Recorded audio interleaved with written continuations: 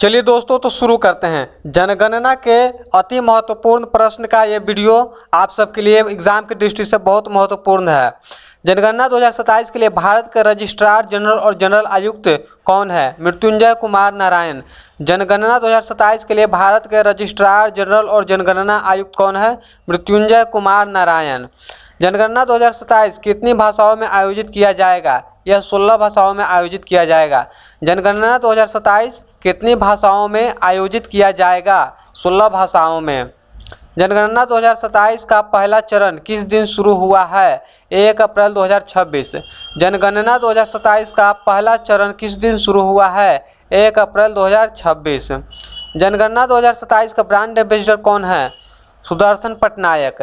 जनगणना 2027 के brand ambassador कौन है? सुदर्शन पटनायक।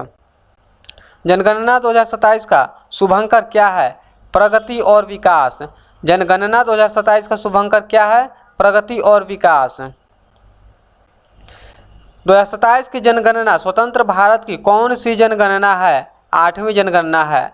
2027 की जनगणना स्वतंत्र भारत की कौन सी जनगणना है? 8वीं जनगणना है। 2017 की जनगणना डिजिटल रूप से आयोजित की जाने वाली कौन सी जनगणना है? पहली जनगणना है। डिजिटल रूप से आयोजित किया 2027, यहाँ गलती हो गया है, 2027 होगा।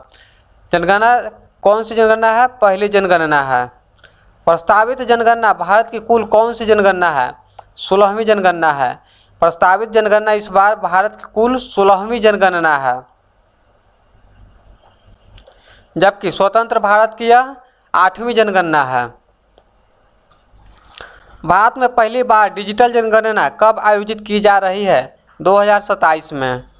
जनगणना 2027 में नागरिक स्वयं अपना डेटा भर सकते हैं, यह सुविधा क्या कहलाती है? Self enumeration.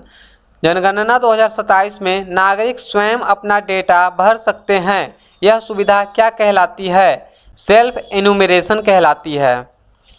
जनगणना 2027 का पहला चरण किससे संबंधित है? यह मकान सूचीकरण से संबंधित है। जनगणना 2027 का पहला चरण किससे संबंधित है? मकान सूचीकरण से संबंधित है। भारत में अगली जनगणना किस अधिनियम के तहत कराई जाती है? सेंसस एक्ट 1948 के तहत कराई जाती है। भारत में अगली जनगणना किस अधिनियम के तहत कराई जाती है? सेंसस एक्ट 1948, जनगणना एक्ट 1948 के तहत कराई जाती है। जनगणना 2027 को संचालित करने वाली संस्था कौन सी है? Registrar general of India. जनगणना 2027 को संचालित करने वाली संस्था कौन सी है? Registrar general of India. जनगणना 2027 में डेटा संग्रह के लिए किस तकनीक का उपयोग किया जाएगा? मोबाइल ऐप्स और सेल्फ इन्यूमरेशन। जनगणना 2027 में डेटा संग्रह के लिए किस तकनीक का उपयोग किया जाएगा? मोबाइल ऐप्स और सेल्फ इन्यूमरेशन। जनगणना 2027 को पहले किस कारण से टाला गया था? कोविड-19 महामारी के तहत टाला गया था। जनगणना 2027 को जो 21-22 में होने वाली थी, कोविड-19 महामारी की वजह से टाला गया था। भारत की पहली जनगणना कब हुई थी? 1872 ईस्वी में भारत की पहली जनगणना हुई थी। उसके बाद 1881 ईस्वी में हर 10 साल से प्रारंभ हुई थी जनगणना। जनगणना 2027 में एन्यूमरेटर क्या कहा जाता है?